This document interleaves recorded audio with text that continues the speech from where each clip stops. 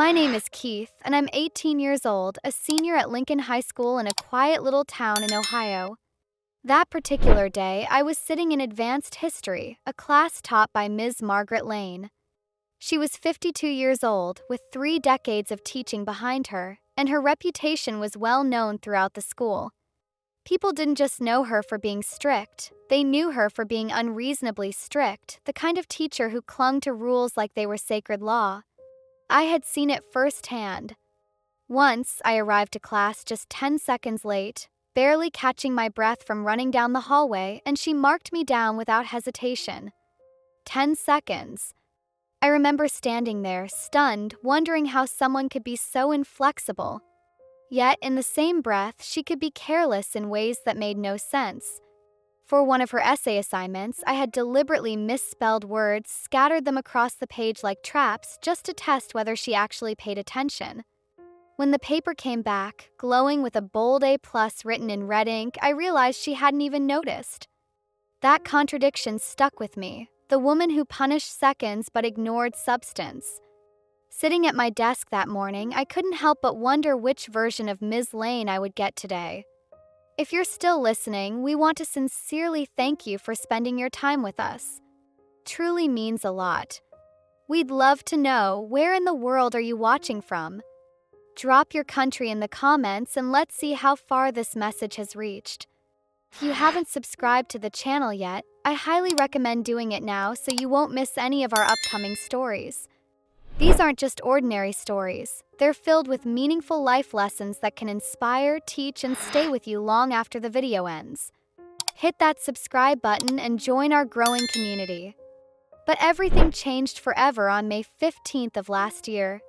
It started like any ordinary school day, but it quickly turned into a day that none of us would ever forget.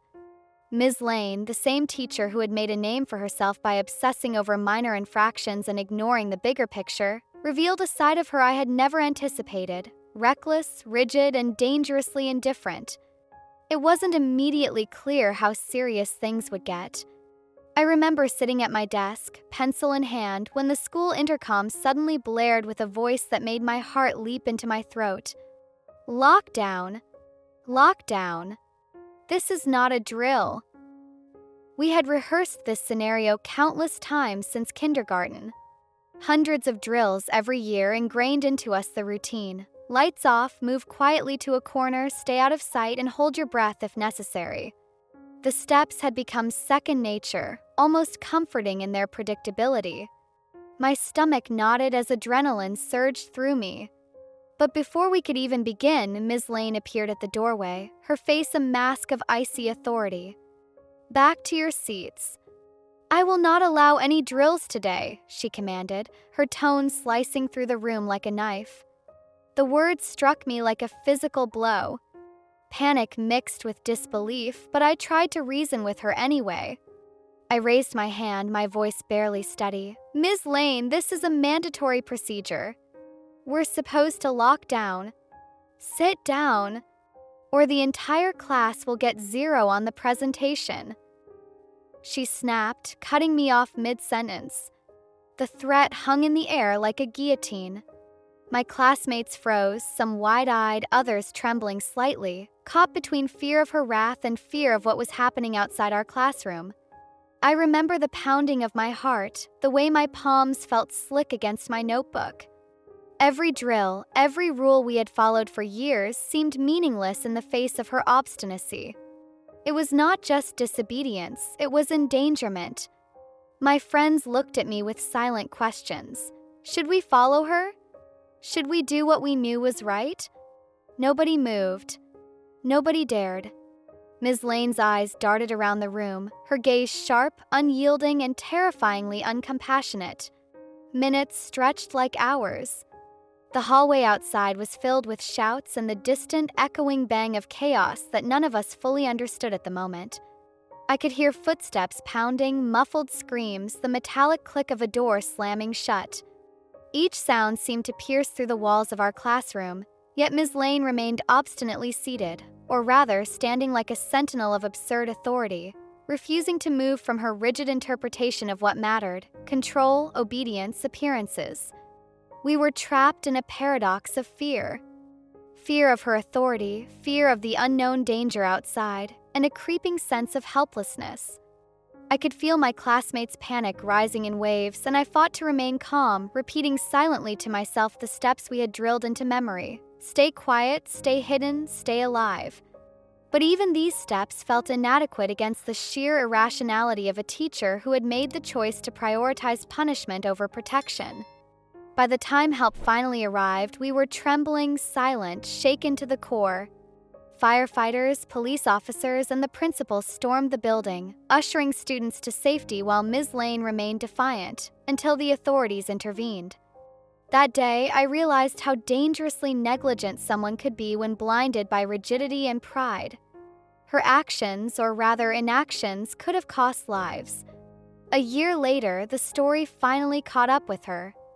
I watched from a distance, a surreal knot tightening in my chest as she was led out of her house in handcuffs. The local news had been relentless. Interviews with students, parents, and witnesses painting a portrait of a teacher who had not only ignored procedure but had actively threatened her students' safety. The headlines chronicled the consequences of that day, finally exposing the recklessness we had all experienced firsthand. It was a moment that crystallized something I had only ever suspected. Authority, when wielded without wisdom, can be more dangerous than the threat it is supposed to guard against. That day changed everything, not just the way I viewed Ms. Lane, but the way I understood responsibility, courage, and the frightening cost of silence. Ms. Lane began her familiar lecture, the one she had delivered countless times over the years. Our generation is weak. You need strict discipline to survive in the real world. First, most of us followed her orders out of fear. Fear of losing points, fear of her wrath, fear of what she might do if we dared disobey. The routine was so ingrained that even the panic sirens outside seemed distant, almost unreal. But then the intercom crackled again, louder this time, more urgent. Code Red! Code Red. Everyone initiate lockdown immediately. My heart started pounding uncontrollably. I glanced toward the hallway. The fluorescent lights were still blazing, too bright, too ordinary for any drill we had ever practiced. It didn't feel like any of the rehearsals we'd done since kindergarten. Cold knot of fear tightened in my stomach. I could hear footsteps echoing far down the hall, distant voices calling, and then the unmistakable sound that would haunt me forever, gunfire. Not distant bangs or firecrackers, it was sharp, close, deliberate. My phone vibrated violently in my pocket, making my palms sweat even more. A message from Ethan, my boyfriend, who was in chemistry class 2 rooms down, blinked urgently on the screen. Hide in the supply closet. Someone's armed. Where are you? I froze for a second, my mind racing. Without thinking, I showed the message to Ms. Lane, hoping, perhaps irrationally, that she would finally take the danger seriously. She glanced at the screen, her eyes narrowing, and dismissed it with a scoff. A childish prank to get me fired, isn't it? She said, her voice sharp and dismissive. The gunfire grew louder, interspersed with screams echoing down the corridor. My classmates' eyes widened in panic. The adjacent classroom of Mr. Harris was pitch black now. Not a single student was visible through the door's small window. My stomach churned. I couldn't take it anymore. My instincts screamed louder than any threat of punishment. The shots were deafening. Bang! Bang! Too close, too real. I shouted, my voice cracking with urgency. We have to hide now! Ms. Lane lunged toward the light switch, her face contorted with rage. Sit down, or you'll be expelled, she yelled. But I had already crossed the line of fear and obedience. Adrenaline surged, drowning out my respect for her authority. I stepped forward, pushing her aside, and switched off the lights. The sudden darkness swallowed the classroom. Everyone into the corner. Now! I screamed, trying to sound as commanding as possible despite my own terror. Some students hesitated, their eyes flicking between me and Ms. Lane, torn between obedience and self-preservation. Half of the class followed immediately, their fear pushing them into action, while the other half froze, caught between terror and the ingrained habit of following her orders. We crowded into a corner, 24 students pressed shoulder to shoulder, trying to make ourselves invisible. Desks were pushed against the door, a flimsy barricade, but anything was better than nothing. I could feel the tension radiating off every classmate, the shivering, the shallow breaths, the silent prayers whispered under their breath. Ms. Lane stood rigid at the teacher's desk, arms crossed, glaring at us as if we were traitors, as if our survival instincts were a personal affront. The room was pitch black except for the faint glow of emergency lights from the hallway. The door rattled violently, hands twisting the knob, the unmistakable sound of someone trying to force it open. My heart leapt into my throat.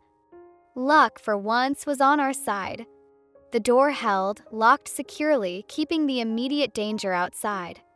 But the noise didn't stop. Gunshots rang closer, echoing through the halls, mingling with screams and shouts that felt impossibly loud inside the walls of our classroom. Every nerve in my body screamed to move, to flee, to do anything that might keep us alive, yet we were trapped. The students huddled closer together, hands clutching one another, faces pressed against the cold linoleum of the floor, whispering comfort that neither they nor I truly felt. The minutes dragged on, stretching like hours. Each sound, the metallic click of a door handle, a distant shout, the echo of footsteps, tore at my nerves. The air was thick, heavy with fear and the smell of sweat and cheap disinfectant. I could hear muffled sobs from behind me, quiet whimpers of children who had only ever known drills and warnings, not real violence. I stole a glance at Ms. Lane. She hadn't moved. Her defiance seemed almost surreal. She wasn't helping, she wasn't guiding. She was just there, a rigid, judgmental figure, the embodiment of the absurd rules that had governed our lives but now seemed meaningless in the face of real danger. I couldn't comprehend her priorities. We were facing an actual threat, our lives, and she remained a symbol of authority without wisdom, rigid and dangerously detached. The gunfire outside crescendoed, terrifyingly close. I felt Ethan's presence in my mind, imagined him hiding just a few rooms away, hoping he was safe, praying silently for both of us. My hands were shaking as I adjusted the barricade, trying to squeeze everyone further into the corner, whispering instructions. Stay quiet. Don't move. Breathe slowly. We'll get through this. Some students started murmuring, voicing their fear in tiny, barely audible phrases. What if they come in? Are we going to die? Each question sliced through the dark, my own fear mirrored in every wide-eyed face. But panic could be lethal. We had to stay calm, even when calm was impossible. I felt the weight of responsibility pressing down on me like a physical force. Time became meaningless. Seconds stretched endlessly. Every creak, every echo made my stomach twist. The room seemed alive with fear itself, every shiver, every breath amplified. I could feel the tension in Ms. Lane, the anger radiating off her rigid posture, yet I could no longer care. Survival instincts had overridden respect for authority, for grades, for every lesson she had ever imposed. We stayed like that until the sound of sirens grew louder, closer, signaling that help had arrived. Relief surged, but it was tempered by exhaustion, by adrenaline still thrumming through our veins, by the knowledge that what we had endured could have ended differently. One by one, emergency personnel entered the classroom, checking on us, guiding us to safety. Some students wept openly, others remained frozen, unable to process the nightmare they had survived.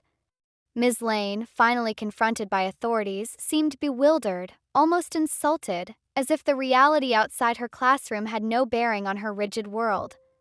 That day changed everything, for her, for us, and for the way I would see authority, obedience, and courage for the rest of my life. We had faced real danger, and the line between right and wrong had become painfully clear. When survival is at stake, instinct must outweigh blind obedience.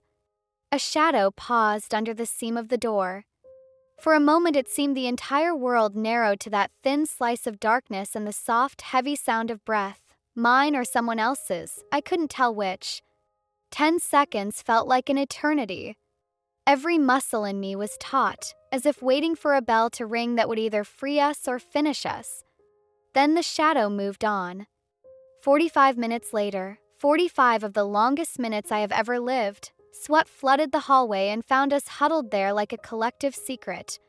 The fluorescent lights snapped on, and for a dizzying second everything was too bright, too ordinary, like a stage being reset. Men and women in armor ushered us out, voices calm and professional. The contrast with the raw animal panic inside me could not have been more extreme. Even then, Ms. Lane kept muttering, barely audible beneath the bustle, that we had overreacted, that we had disrupted the class, that this was all blown out of proportion. Her words were as flat and cold as the chalk dust she used to flick from her hands. It was grotesque, her refusal to see that the world had just nearly ended for 30 people because she could not bend her rules 1 inch. A week later, the story unspooled and the truth started to reveal itself in pieces that felt both inevitable and impossible. The shooter was Ryan Carter, 20 years old, a former student of Ms. Lane's from 3 years earlier. Ryan had been quiet, the kind of kid who lived at the back of the room drawing comic book panels in small, fierce strokes. I remember him from sophomore English, how he'd trace the outline of capes along the margin of his notes. Once, when we were both there late after a makeshift peer review, I lent him a pencil because the one in his hand had broken. He had smiled a small, grateful smile and gone back to his drawings. That memory felt like a relic now, fragile and wrong. They said Ryan had filed a complaint against Ms. Lane for psychological abuse, accusations about her undermining him, manipulating grades, making cruel remarks in front of the class. The complaint, the paperwork, the accusations had been filed and then quietly buried. Someone decided it was better to protect the teacher than the boy.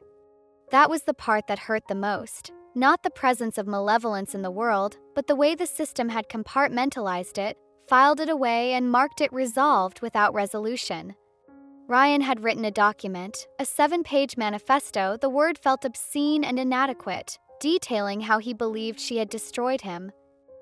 He described being targeted by small cruelties that stacked up into something huge, graded down assignments for minor infractions, sarcasm flung like acid, public humiliation masked as toughening up.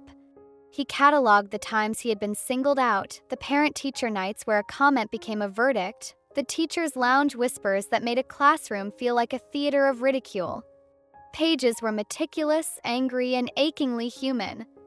There was another detail that made my chest tighten. After one heated confrontation with Ms. Lane following class, Ryan had been overheard by a different teacher saying, "One day I'll make her pay." A threat, sure, in the raw teenage vernacular of humiliation. But it had been heard. And when you combine being heard with being ignored, you have the perfect storm of neglect and resentment. Turned out Ms. Lane knew. She had been aware that Ryan was angry, that he'd complained. Yet on that day when the school intercom screamed code red, she kept us seated.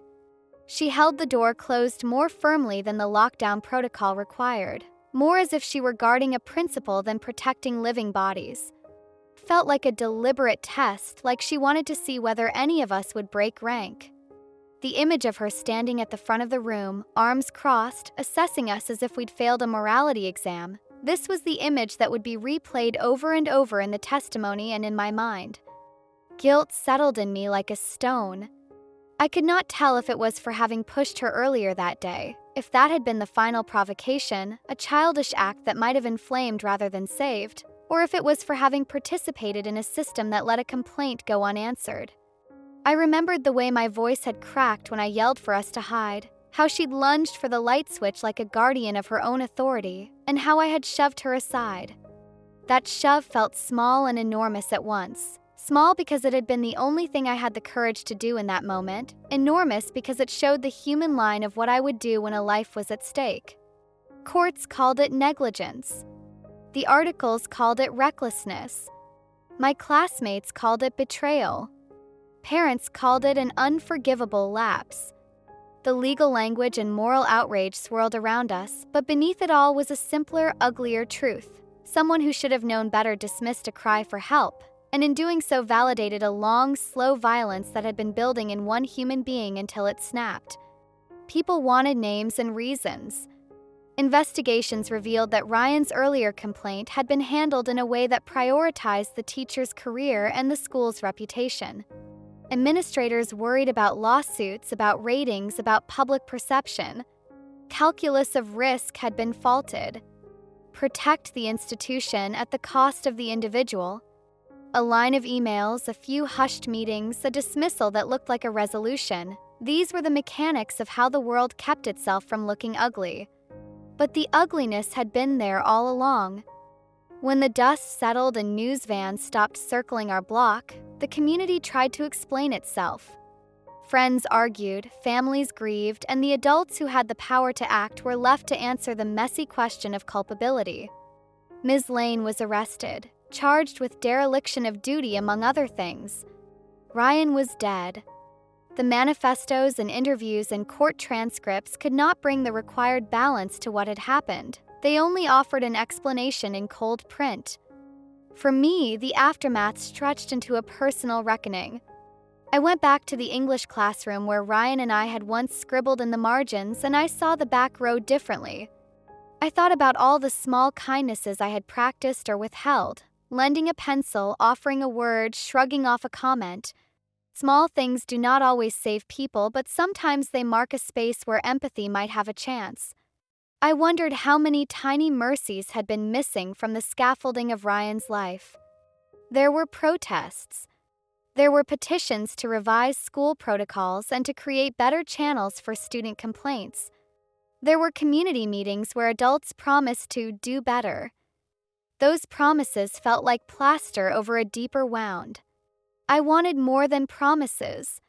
I wanted an admission that the comfortable rituals of authority can blind people to danger, that rigid adherence to rules can weigh more than the value of human life, that a culture of silence and protection of reputation can become an accomplice to tragedy.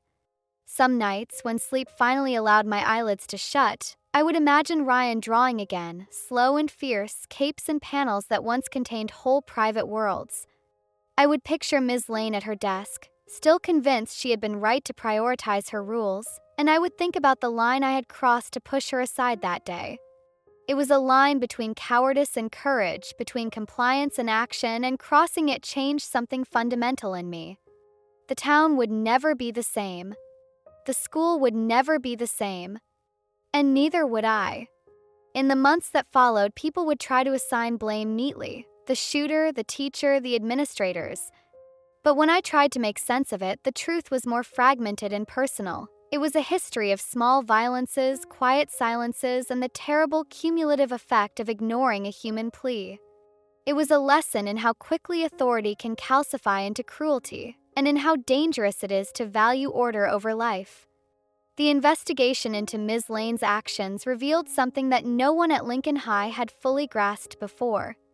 Over her 30 years of teaching, there had been 9 formal complaints from male students, each detailing how she publicly humiliated them or manipulated their emotions to assert dominance. The complaints were disturbingly consistent. Students described being mocked in front of peers, disciplined disproportionately for minor infractions, or coerced into performing tasks under emotional duress. Yet, despite the severity of these accusations, nothing had ever been done. The reason was painfully clear: her family connections. Her brother-in-law sat on the city council, and through these ties, every investigation, every complaint had been quietly swept under the rug. The system had protected her, leaving students vulnerable to repeated abuse. It wasn't until a security video from the hallway, discovered by Carl, a school security officer, surfaced that the truth became undeniable. In the footage, Ms. Lane walked calmly through the corridor while the sound of gunfire echoed in the school, checking her phone as if nothing were happening. Other teachers can be seen guiding students to safety, but she remained detached, her expression neutral, almost indifferent. That footage alone would have raised serious questions, but what truly sealed the case was an accidental recording from my phone.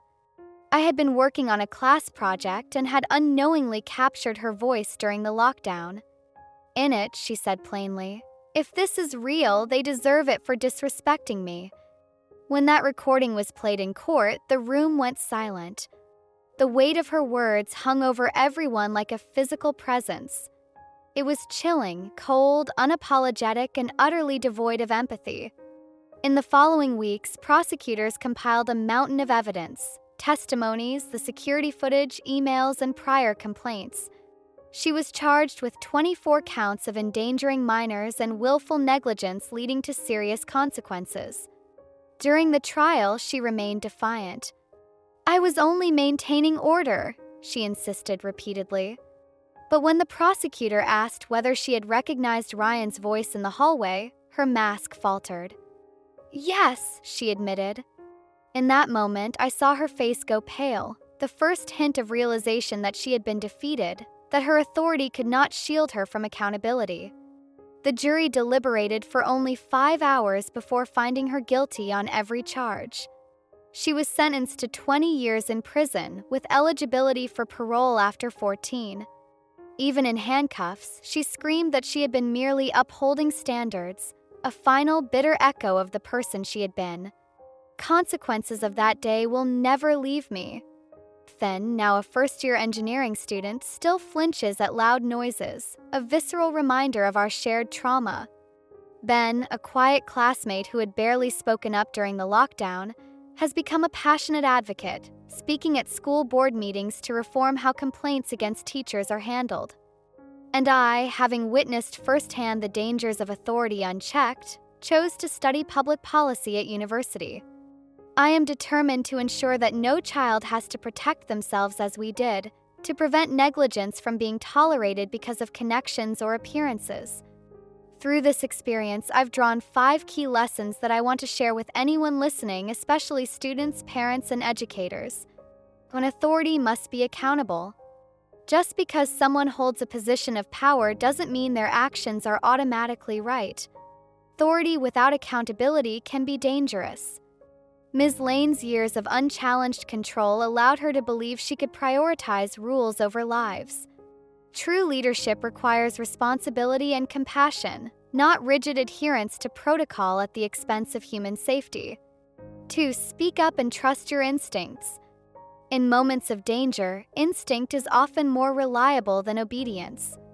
When I realized that following Ms. Lane could put us in harm's way, I acted. It was terrifying, but hesitation could have cost lives. Listening to your inner voice, even when it conflicts with authority, can be the difference between survival and tragedy. 3. Systems must protect the vulnerable.